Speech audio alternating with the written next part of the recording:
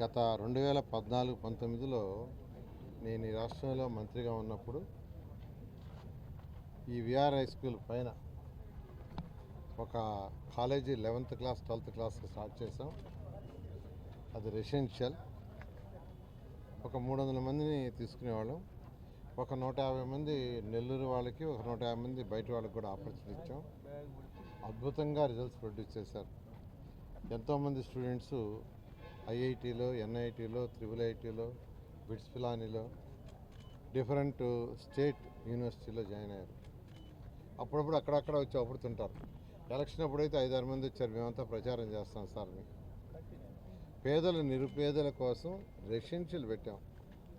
దాదాపు వారానికి ఒకసారి నేను వచ్చేవాడిని, వాళ్ళతో మాట్లాడేవాడిని, వాళ్ళని ఎంకరేజ్ చేసేవాడిని.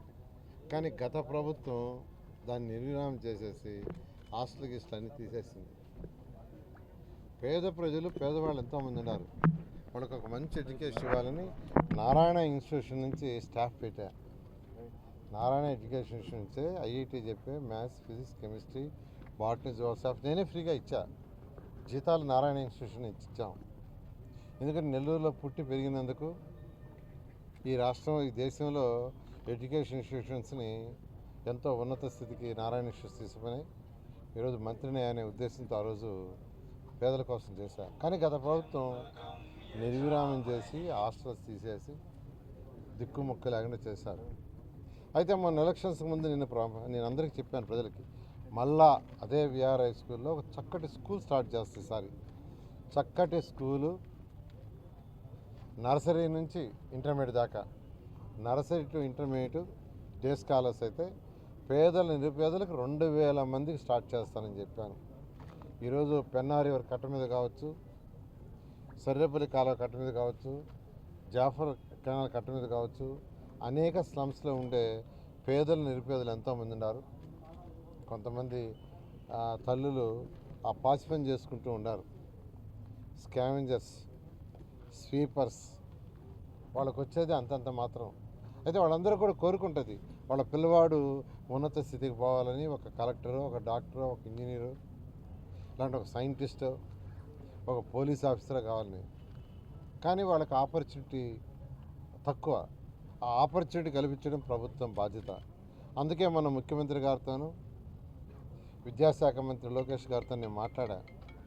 ఒక 4 ప్లేసుల్లో, ఈ ఆంధ్రప్రదేశ్లో 4 ప్లేసుల్లో మోడల్గా స్కూల్ స్టార్ట్ చేస్తాం. స్మార్ట్ స్కూల్స్, హై స్టాండర్డ్తో పెడతాం. కార్పొరేట్ స్కూల్స్ కంటే ఇంకా బెటర్గా చేస్తామంటే వెంటనే విద్యాశాఖ మంత్రి నారా లోకేష్ గారు వెంటనే స్టార్ట్ చేయమన్నారు.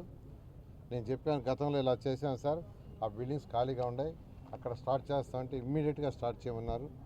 ఒకటి ఉత్తరాంధ్రలో, ఒకటి రాయలసీమలో, ఒకటి నెల్లూరు, ఒకటి విజయవాడ, గుంటూరు, ఆ పరిసర ప్రాంతాల్లో మోడల్గా స్టార్ట్ చేయడానికి అంగీకరించారు.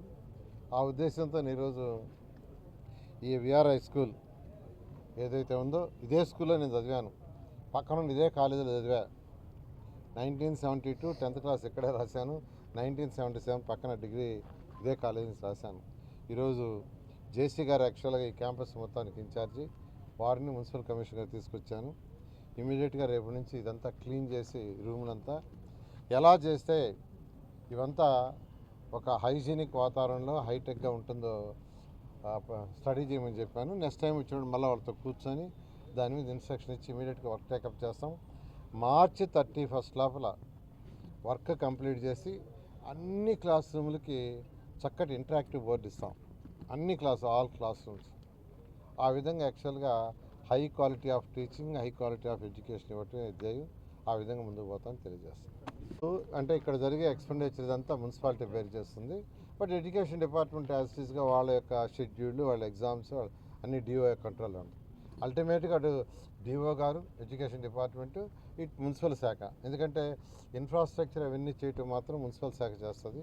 వాళ్ళకి కావాల్సిన ఫెసిలిటీస్ అన్ని. ఎడ్యుకేషన్ రన్ చేయటం అంతా ఎడ్యుకేషన్ డిపార్ట్మెంట్ చేస్తుంది. Okay, thank you.